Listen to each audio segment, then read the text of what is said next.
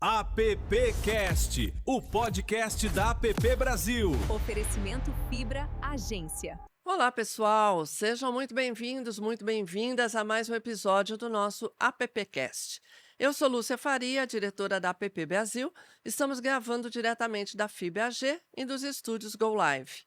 O nosso convidado de hoje dispensa apresentações, mas eu vou fazer mesmo assim, tá? Ele é publicitário, empresário, escritor e uma das vozes mais influentes da comunicação brasileira. Ele ajudou a construir algumas das marcas, campanhas e debates mais relevantes do mercado nas últimas décadas. Não é a primeira vez que ele passa aqui pelo AppCast, mas agora temos um motivo muito especial para recebê-lo novamente. Luiz Lara acaba de lançar o livro A Alma Brasileira do Negócio, da Era do Ouro à Era Digital. Como a comunicação transforma o mundo. Uma obra que percorre a evolução da publicidade, das marcas e da própria sociedade brasileira. Olha, pelo sucesso da noite de autógrafos, com filas que ultrapassaram 2 horas de espera, fica claro que essa história despertou o interesse de muita gente. Luiz, seja muito bem-vindo de volta ao AppCast. Um grande prazer, Lúcia, estar aqui com você e com Adão Casares, que, aliás, está nesse livro e faz parte dessa história. É isso mesmo, Adão Casares, que é diretor da App Brasil, e ele vai me ajudar aqui nessa conversa, porque ele conhece você na intimidade. É verdade. Então, cuidado, porque o Adão não é moleza, hein? Adão não é moleque corintiano, é sempre perigoso. Vou me vingar do Lara. É Algumas hoje. passagens. É hoje. Ô, Lara, desde a última vez que você esteve aqui na AppCast, muita coisa aconteceu na sua vida profissional. Você encerrou um importante ciclo à frente do SEMP, que é o Fórum de Autorregulação no Mercado Publicitário, passou por mudanças relevantes na sua vida como executivo. Então, dá uma situada para a gente, como é que está a tua vida agora, depois de tantas mudanças? Que mudanças foram essas e como está a sua vida? Bom, no SEMP, eu quero agradecer aos 20 profissionais, em nome da Juliana. Sintam-se todos nominados, porque foi um período muito rico. Durante 4 anos eu tive a oportunidade de devolver um pouco de forma pro bono tudo o que a publicidade trouxe para mim, para a minha vida, para a vida da minha família. E nós fizemos um trabalho de rearticulação e reestruturação do SEMP. Tive ao meu lado a Regina Augusto como diretora executiva, tive ao meu lado Dudu Godoy como vice-presidente, foi uma cogestão. E o grande objetivo foi praticamente refundar o SEMP, que, como Fórum de Autorregulação do Mercado Publicitário, trouxe de volta os anunciantes, ABA, com a Sandra Martinella e a Neucina Tropardi, junto com todos os anunciantes, Sérgio Pompilho, sintam-se todos nominados, e o IAB, num trabalho muito importante da Melissa Vogel e da Cris Camargo, ou seja, nós tivemos anunciantes, elos digitais, agências de publicidade e veículos de comunicação discutindo o presente e o futuro da comunicação publicitária. Desafios como a presença maciça dos influenciadores na comunicação hoje, a necessidade de atualizar o pacto sempre com uma atualização das normas que inclusive estão sendo discutidas agora para melhorar o convívio e buscar um equilíbrio, uma harmonização dos legítimos interesses comerciais das agências, anunciantes, veículos e elos digitais. Em resumo, em respeito ao consumidor, nós temos que ter um mercado publicitário mais forte, mais criativo, mais ético, mais transparente e mais livre, com boas práticas que preservem a meritocracia, que preservem que o mercado publicitário tenha um modelo de negócio com agências, anunciantes, veículos e elos digitais fortes que façam a publicidade brasileira continuar sendo a terceira mais premiada do mundo e que façam a comunicação no Brasil, de acordo com o estudo da Deloitte, cada R$1 investido em publicidade voltam R$8,57, a publicidade seja efetivamente a indústria de ponta da economia criativa que acelera, constrói marca, posiciona a marca, desenvolve categoria de produto e serviço, cria uma percepção de valor maior que a etiqueta de preço e faz a roda da economia girar, converte em venda.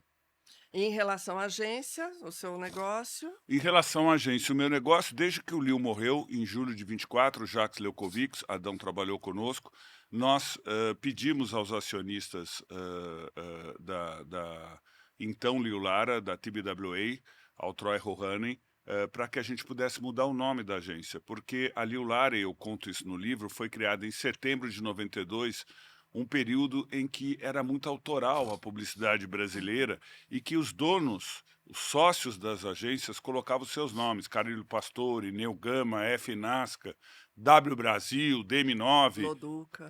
Loduca e várias agências que fizeram história.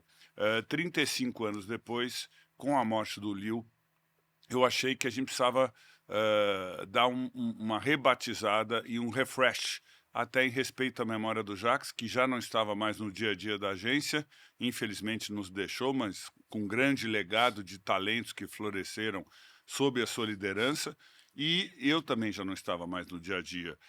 Eu estava como chairman do grupo TBWA.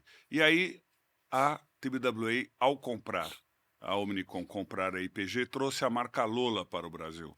Lola é uma marca de design, de criatividade, que chega no Brasil depois de uma atuação muito forte, inicialmente na Espanha, depois por toda a Europa, Estados Unidos, e agora está sendo liderada pela Carol Boccia, e eu continuo como chairman do grupo TBWA, coordenando a Lola TBWA, liderada pela Carol Boccia, e o meu papel foi fazer a transição, fazendo com que todos os clientes da Lil Lara permanecessem na Lola TBWA e com a Camila Costa liderando a ID TBWA, que é uma agência 360 que funciona muito como uma aceleradora digital. E aí eu, como chairman do grupo TBWA, sigo à frente dessa rede no Brasil e tenho a Tubigood, que é a minha consultoria, o meu hub de inteligência que atua em advocacy e comunicação institucional. Com isso eu estou muito feliz vivendo aí um momento muito gostoso da minha vida e principalmente tendo um pouquinho mais de tempo para mim. Mais tempo você tem? Tenho. Eu gosto de ler, assim como o Adão, nós sempre compartilhamos muitos livros, sou um leitor voraz, gosto muito de curtir minha família, virei vovô há um mês atrás, então eu estou curtindo muito esse momento pessoal da minha vida aí e aprender a liderar pela retaguarda com a Carol Boccia e a Camila Costa brilhando. É impressionante o papel e a importância das lideranças femininas. Tive Regina Augusto no SEMP, tive Carol Boccia, tenho Carol Boccia diariamente na Lola TBWA e a Camila Costa e vejo a diferença que a sensibilidade e o olhar feminino traz para esse negócio. E é claro, eu tenho a minha atuação no terceiro setor na Childhood, que eu sou vice-presidente do conselho, que atua pela proteção da infância, combatendo a exploração, o abuso sexual infantil, atuo e invisto em negócio de impacto social no Instituto Cidadania Empresarial, e sou também vice-presidente do Conselho da Bienal e sou conselheiro da USESP, ou seja, responsabilidade social, cultura. Eu acho que é nossa obrigação retribuir para a sociedade o valor que a sociedade te atribuiu profissionalmente. Então é uma maneira de eu encontrar, de ajudar, ser útil e contribuir. Ô, louco. Só falta arrumar o seu time, né? Não, isso está difícil. Eu fui conselheiro independente de São Paulo, ao lado do Ricardo Lacerda e Marcelo D'Arieso, mas a governança do São Paulo, sem nominar ninguém, é muito complexa. Precisa melhorar muito a governança para que o time e o clube entrem numa nova fase. Já. Deixa eu te falar. O nosso amigo Salles Neto, dia 2 agora, terça-feira, lançou um livro, O Comunicador da Comunicação, né? Eu li, excelente. Recomendo muito para quem quer entender o passado, o presente e o Então, isso que eu futuro. ia te perguntar. Salles Neto até que foi presidente da APP, nos honra muito. Aonde o seu livro dele se encontram? Você fez o prefácio do livro dele, como eles conversariam, esses dois livros? Olha, eu acho que eles conversam na medida em que eles contextualizam um pouco a história da publicidade que eu tive o privilégio de vivenciar e o Salles Neto, literalmente, de empreender e escrever. Foi o comunicador da comunicação, contribuiu decisivamente para o fortalecimento da indústria da comunicação e soube e empreender fazendo Meio Mensagem um veículo de grande credibilidade, porque o Neto sempre foi um publisher completamente independente, que preservou a independência editorial do Meio Mensagem e trouxe o sentido de comunidade para o nosso mercado ao promover o Prêmio Caboré, o Prêmio F, o Women to Watch, alimentando a diversidade do nosso mercado, fazendo o MNB e outros eventos, como inclusive as visitas às universidades em Stanford, em Portugal. Ou seja, o Neto é um craque. Ao lado do Marcelo, da Maria Laura, de toda a equipe do Meio Mensagem, ele fez muito mais que uma editora. Ele fez uma bússola do mercado publicitário e um livro dele é uma leitura obrigatória, como eu disse. E eu gostei muito de estar lá na Livraria Travessa, ver a felicidade do Neto e ver uma fila quilométrica de amigos, colegas, parceiros que o homenagearam por essa publicação. Olha, Neto é nome de craque, né? Neto é nome de craque, já dizia o Corinthians. Aliás, o Neto jogou no São Paulo e fez um gol histórico contra o Palmeiras no Morumbi. Foi a melhor fase da vida dele, sem dúvida nenhuma. Tenho dúvidas, mas tudo bem. Eu, como santista, fico fora da conversa, porque olha, só derrota. Não, mas o São Paulo não está bem também. O Santos, é um time que todo mundo gosta e o Santos... Vive do passado. Eu acho que não, eu acho que o Santos tem muito a acrescentar ainda na história do futebol brasileiro. Afinal de contas, um clube que revelou o maior de todos, Pelé. Sim. Revelou, vamos lá, Juari, revelou Diego, revelou Robinho e Neymar. Tá na história. Não, a série da Netflix sobre a Copa de 70 é maravilhosa, Espetacular, matadora. espetacular. O Paulo Morelli e o seu irmão merecem, Muito bom. e todos os amigos da conspiração. Muito emocionante, né? A gente que se reconhece o nosso jeito de ser e de fazer, o brasileiro no futebol, né? Realmente a série é muito bem feita. Você, quando eu leio o teu livro, e o Adão tem uma visão de quem trabalhou com você, e bate muito na memória, né? E eu tive uma coisa muito de época política, porque a gente tem a mesma idade, então a gente viveu as mesmas coisas, eu no jornalismo, você na publicidade. Como é que você vê hoje em dia essa discussão toda, esse mundo polarizado, parece que a gente está entrando no limbo, né? Agora, você é um otimista ou você fica triste por dentro? Como é que você vive? Olha, eu fico apreensivo, mas eu não abro mão do meu otimismo. Eu acho que o que houve foi o fim de uma mediação feita pela academia, pelos partidos políticos, pelas instituições, pelas entidades, e hoje nós estamos na mediação feita pelos algoritmos. Os algoritmos fazem com que cada vez mais a leitura, a visão de mundo seja fragmentada e retroalimenta a visão de mundo que a Lúcia, por exemplo, já tem. E muitas vezes você se vê dentro de um carrossel, girando em torno de si mesma. Isso faz com que você passe a ver o mundo sob a sua lente afetiva. E isso só reforça os seus estereótipos, os seus preconceitos, e aquilo que era um debate, um respeito pela opinião diversa e acabar sendo uma alimentação de um certo preconceito.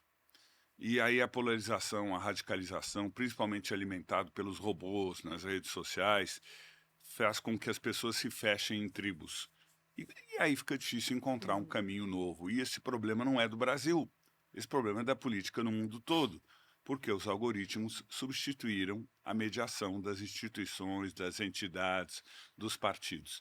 Isso inevitavelmente levou à sociedade do espetáculo, levou ao populismo, levou à política que explora o medo, que explora a sensação de que o futuro será pior do que o presente, materialmente. Mais do que a questão da confiança que foi quebrada, existe esse receio, principalmente da classe média, média-baixa, de que as conquistas das gerações anteriores não serão mantidas nas novas gerações.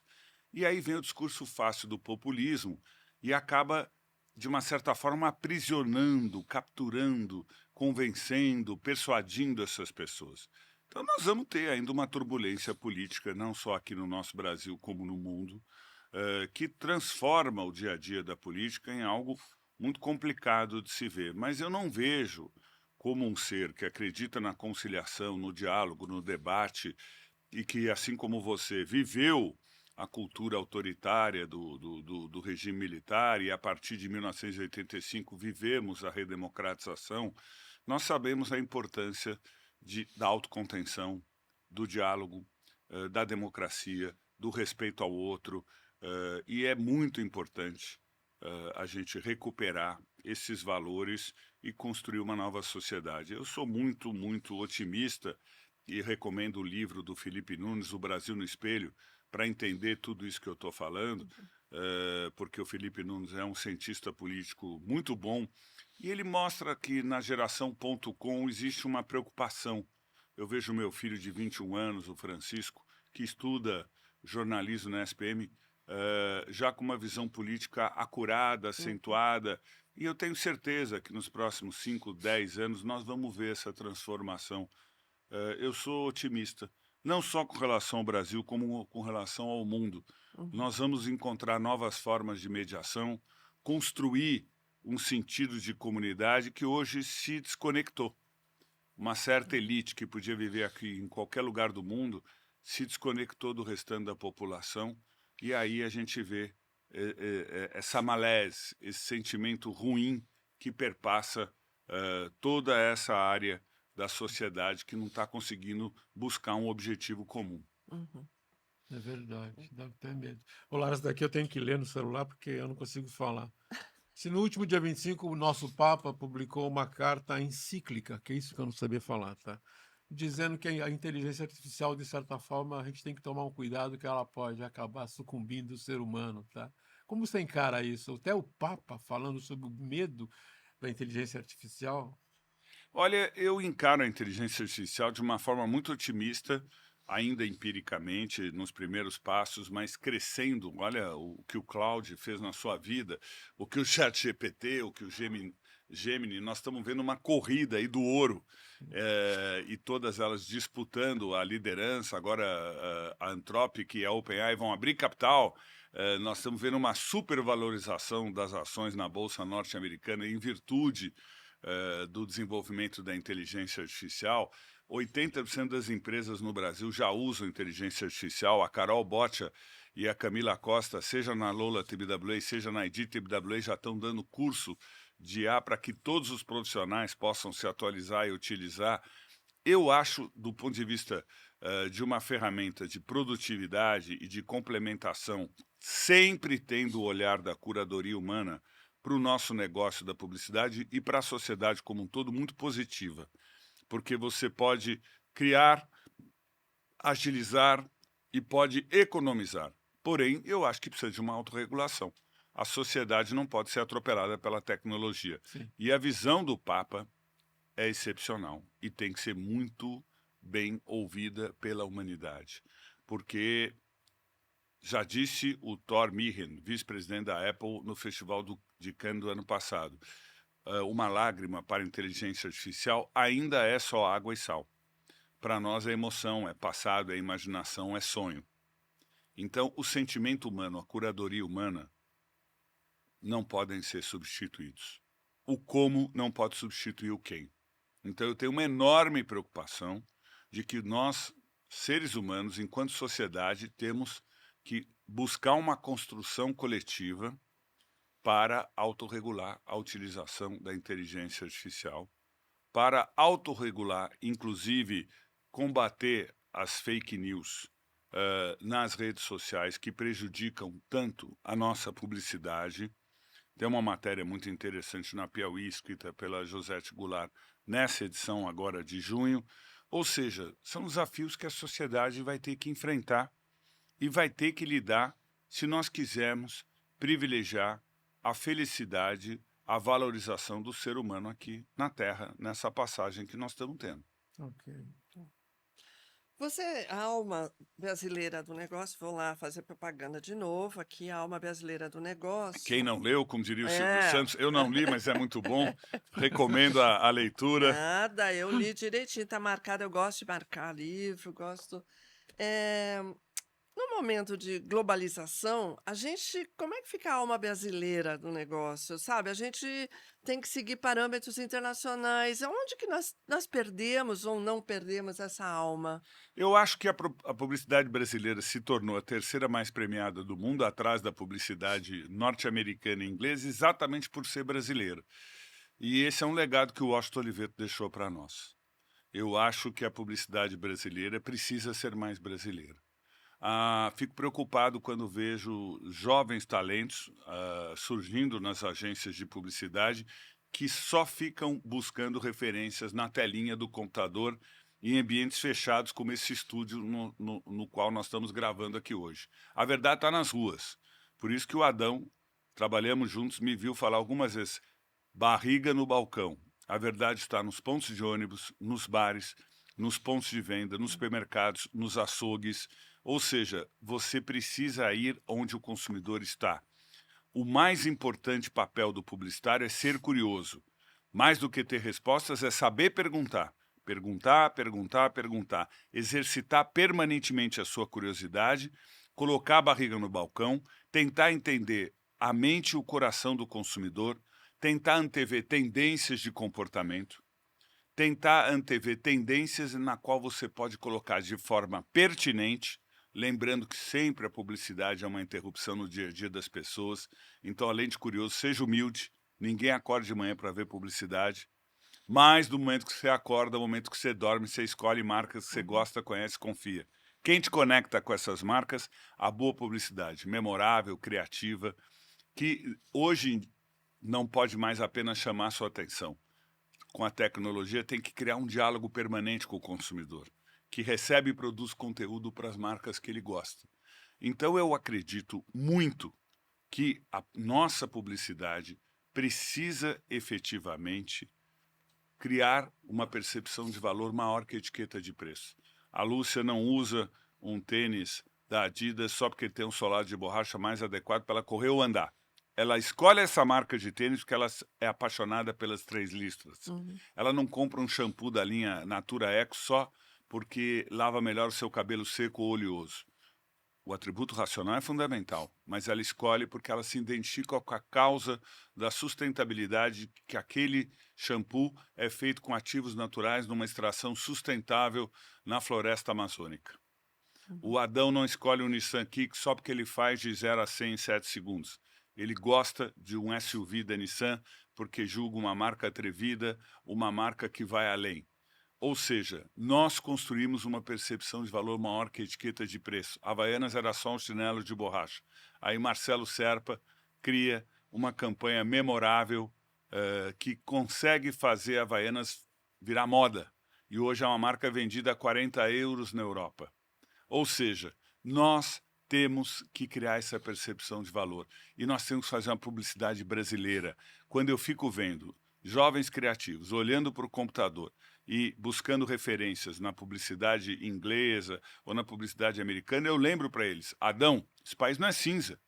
Esse país, mesmo num dia frio como hoje, que nós estamos gravando, está 14 graus, amanheceu 9, é um país de sol, é um país colorido, é um país diverso, Iluminado. é um país iluminado, é um país de muita diversidade, é um país onde o negro está muito presente na população, onde o mulato está muito presente na população. É um país que, especialmente a cidade de São Paulo, na qual nós estamos, mas isso acontece em todo o nosso Brasil, nesse país continental, que recebeu de braços abertos os imigrantes. É uma mistura de credos, de raças, de cores. Mistura essa que está na comida, no buffet, que você come salada ao lado de comida japonesa. A gente gosta de fazer tudo junto e misturado. Nós somos um povo criativo, inovador. Esse jeitinho brasileiro, que muitas vezes é confundido só com malandragem, e não é malandragem. É um jeito de inovar, é um jeito de sobreviver, é um jeito de celebrar a vida. E eu acredito que esse jeito brasileiro tem que estar na publicidade brasileira. Porque se não estiver, nós deixaremos de ser relevantes. Já está muito difícil a publicidade brasileira hoje ser relevante. O jogo ficou, Lúcia e Adão, muito mais complexo, porque acabou o repertório comum. A jornada de mídia do consumidor está fragmentada. O Adão, Lúcia, é um grande expert de mídia. Trabalhamos juntos. mas o período do predomínio total e absoluto da TV aberta, com a leitura de jornais e revistas e a mídia outdoor, e isso bastava, era a época do tempo diferido, você põe uma campanha na rua e depois você media os resultados. Hoje é permanente, é 24/7. A marca está permanentemente exposta no palco, nas redes sociais, numa conversa permanente com o consumidor que recebe e produz conteúdo, faz meme, e você tem a TV aberta, a internet, os jornais e revistas, que antes seria jornal todo dia, agora você lê jornal o dia todo, como já disse o Nizam Guanais. Ou seja, você tem nas revistas conteúdo nos portais, a própria inteligência artificial trazendo esses conteúdos, a mídia exterior se reinventando e com o digital virando uma TV a céu aberto, tudo é importante, tudo comunica, e a soma de todos os pontos de contato é que faz o valor futuro da marca, valor esse retratado em bolsa como o maior ativo das empresas. Então, sejam brasileiros. Não deixemos a nossa autenticidade, o nosso jeito de ser na propaganda. Se nós abandonarmos isso, é o fim. Esse é o grande recado que eu dou para essa nova geração. Sejam curiosos, sejam humildes e sejam brasileiros. A publicidade brasileira será global se for local. Nós até, está no teu livro, tenho prazer de ter participado. O melhor do Brasil é o brasileiro. Mega Blaster campanha que a gente fez.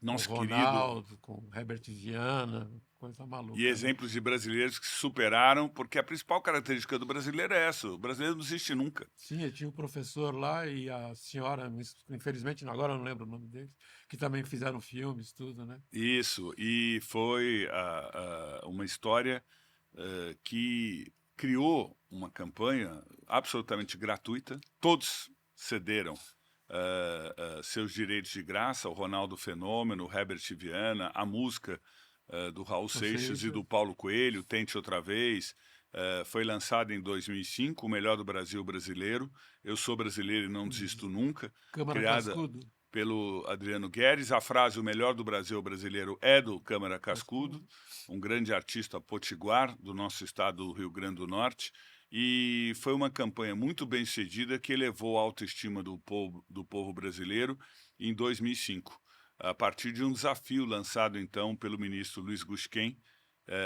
que pediu para nós, na então Liu Lara, criarmos uma campanha que valorizasse a autoestima. E eu deixei claro para ele: não pode ser chapa branca, não pode ter recurso público, não pode ter recurso do governo, e nós vamos mobilizar a iniciativa privada. Mais de 1.000 empresas colocaram a frase "O melhor do Brasil brasileiro" nos seus produtos, nos seus serviços, nas suas mensagens de comunicação.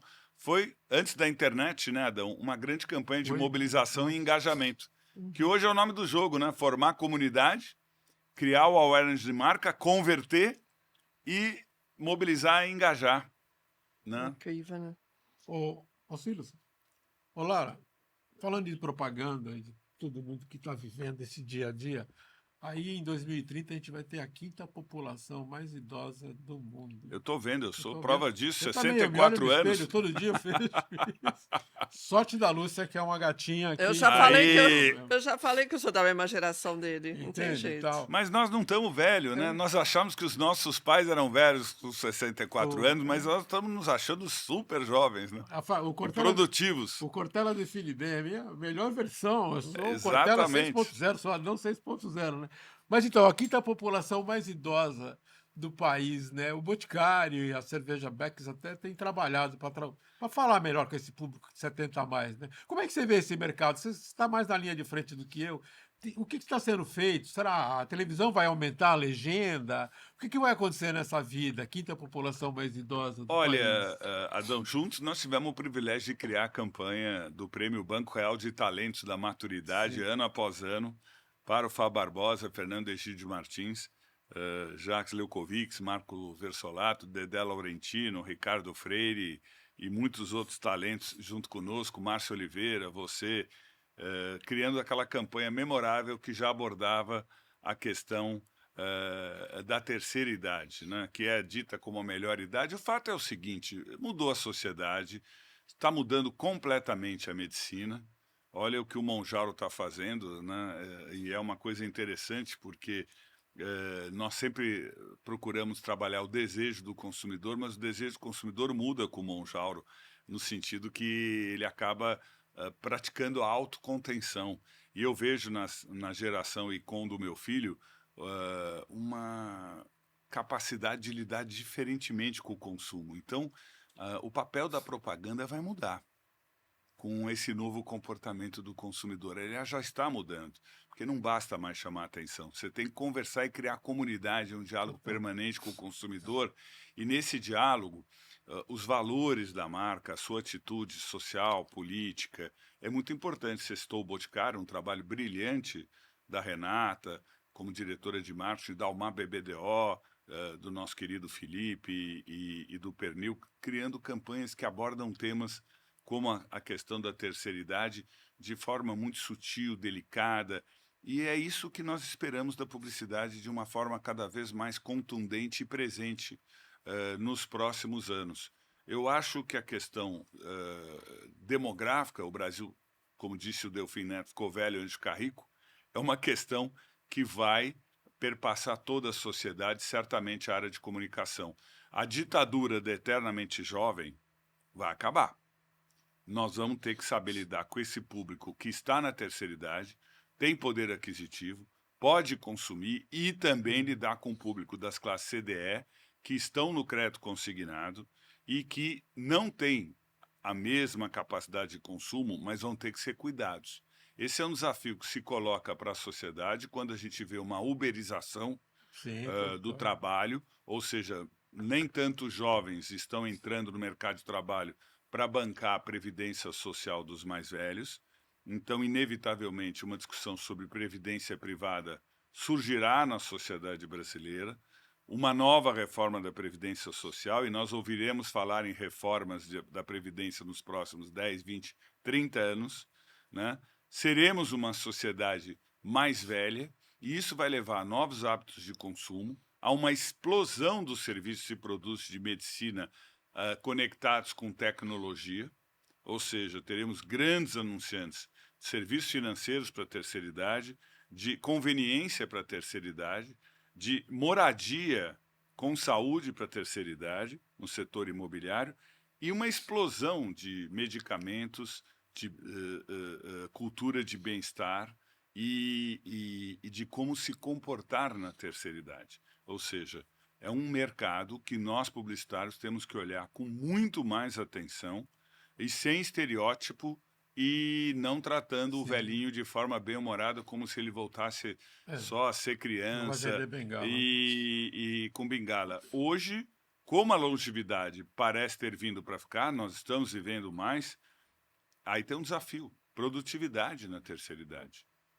Eu não quero fazer as mesmas coisas, porque hoje a Carol Botti e a Camila certamente fazem melhor do que eu. Elas são muito mais capacitadas e aparelhadas para liderar uma agência do que eu fui.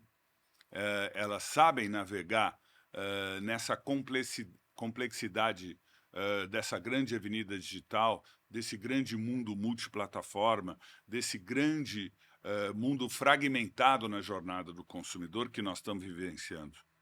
Mas eu tenho como contribuir de uma outra maneira.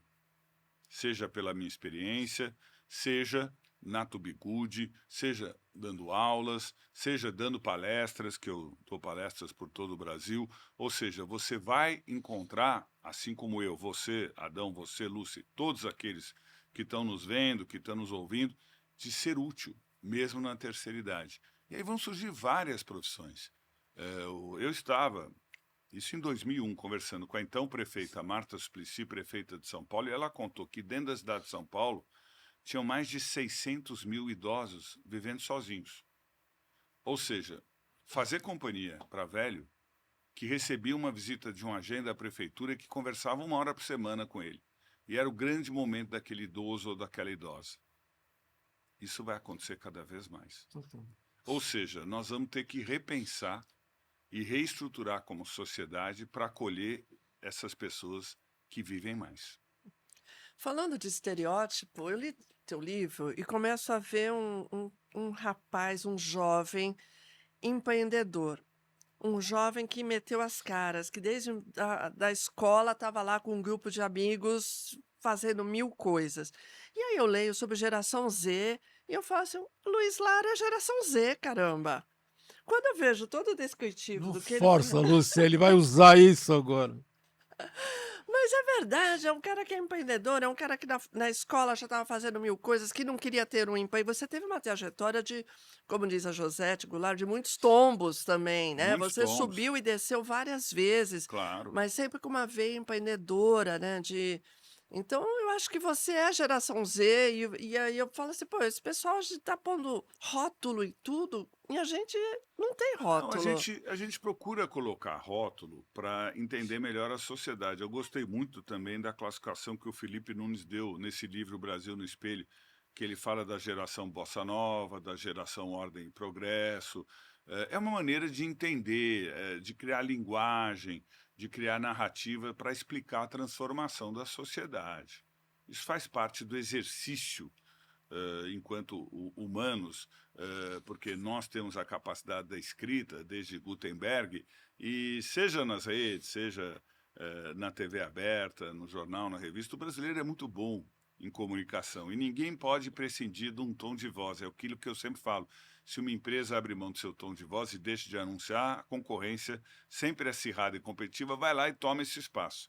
Não existe território livre. Eu acho que, pensando nessa capacidade do ser humano de contar bem uma história, desde a minha avó, do meu avô, e nós publicitários somos contadores de histórias, que os estereótipos têm que ser combatidos, mas as narrativas são fundamentais. A linguagem é fundamental. E eu acredito que nós não cabemos em nenhum rótulo. Eu não sou uma pessoa da geração Z, eu sou uma pessoa que estudou direito, achou que ia ser advogado, foi apresentado à publicidade pelo Raul Dória quando eu tinha 15, 14 anos de idade, mas eu era apaixonado por mídia desde que eu me reconheço por gente. Eu lia jornal desde muito cedo, eu li o Estadão, depois a Folha, via televisão, era ficcionado por rádio, pelos comunicadores. Eu conto no livro, na época eu tinha a lista telefônica, eu ligava para a casa dos comunicadores para conversar com eles, eu visitava a redação do Jornal Estado de São Paulo, ali na Major Quedinho, eu ia lá ver como os jornalistas trabalhavam. Eu era e sou fascinado por mídia. Então, eu acabei me tornando publicitário, mas eu me vejo muito mais como empreendedor do que como publicitário. Eu acho que existem publicitários brilhantes, como foi Jacques Leucovix, Washington Oliveto, Nizam Guanais, Marcelo Serpa, Fábio Fernandes, Alexandre Gama, o Pernil, o Sérgio Gordilho, o Márcio Santoro, o Edu Simon, Carol Botti, a Camila Costa, enfim, vários talentos que fazem, impossível citar todos. Não, você tem uma memória que eu já Eu acho já o fico máximo. pensando no Luiz Musa, e uma coisa que eu aprendi com o SEMP, Adão e Lúcia. Eu viajei o Brasil todo e vi mais de 1.156 agências que são certificadas pelo SEMP, qualificadas, espalhadas em vários ecossistemas regionais pelo país. Quando eu cito uma ampla do Queirozinho Filho e do Daniel Queiroz, eu vejo a qualidade da publicidade pernambucana. Veja o trabalho para Baterias Moura, só para citar um trabalho.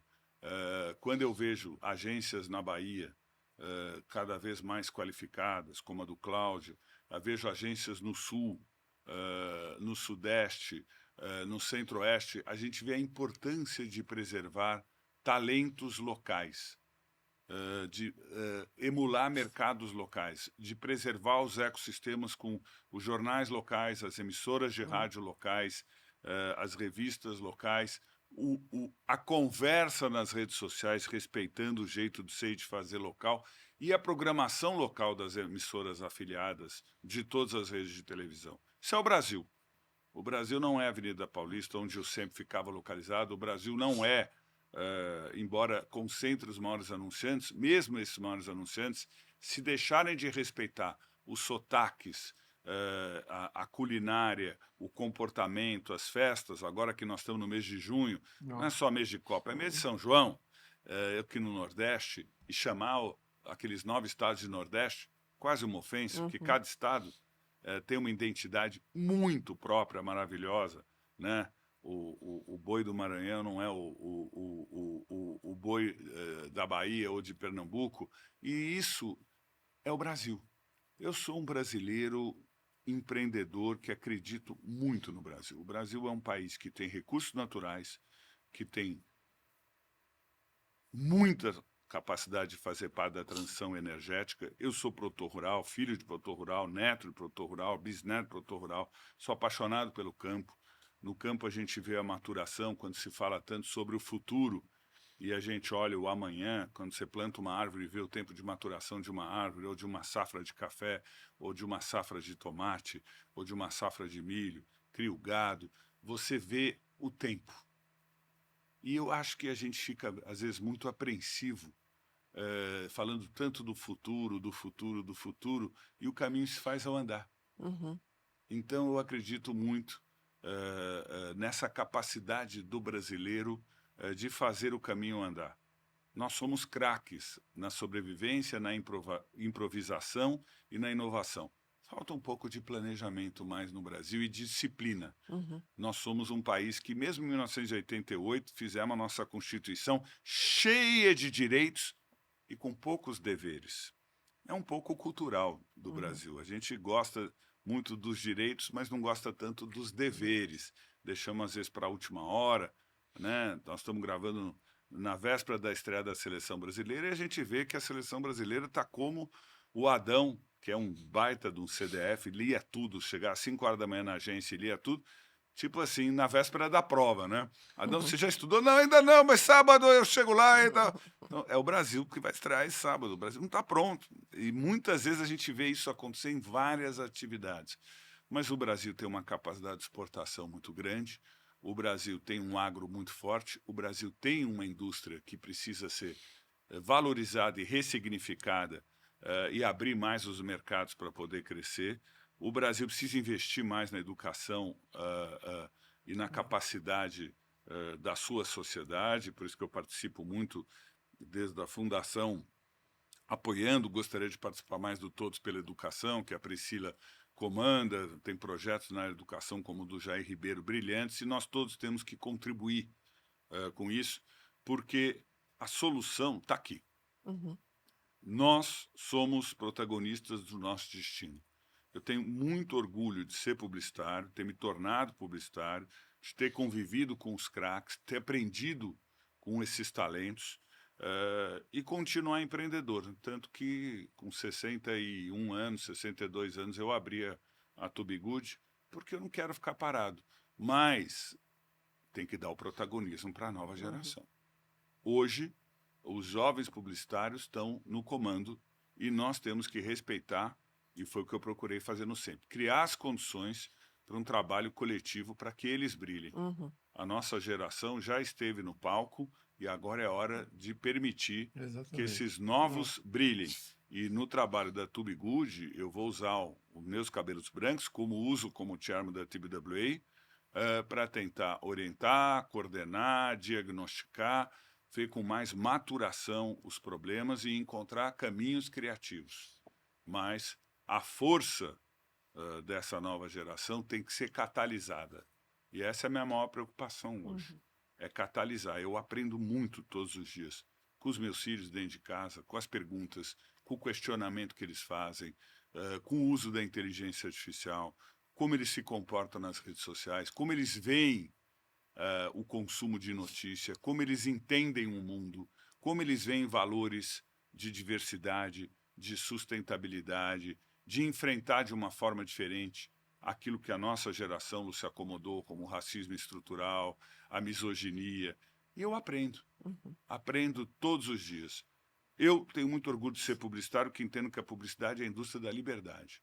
Então, eu me considero uma pessoa que defende a liberdade de opinião, de discordar até o fim. Perfeito. E eu aprendo muito com a conversa com vocês, mas a gente vai ter que terminar. Você quer fazer mais uma pergunta, Dão? Não, vamos respeitar o horário para não Vamos atrapalhar A pouquinho. agenda, porque com essa agenda ele falou que ele tem mais tempo hoje. Eu duvido, gente. Eu duvido. Eu tenho realmente uma reunião 9h30, mas Já? eu me divirto. É. A verdade é o seguinte, trabalhar e produzir é muito bom, porque você se diverte. Claro. A principal missão que tem é ajudar a transformar o mundo, ainda que seja uma pequena parte, é importante. É verdade. Verdade. Gente, eu quero compartilhar com vocês que a PP Brasil agora tem uma loja oficial. Agora é hora do merchan.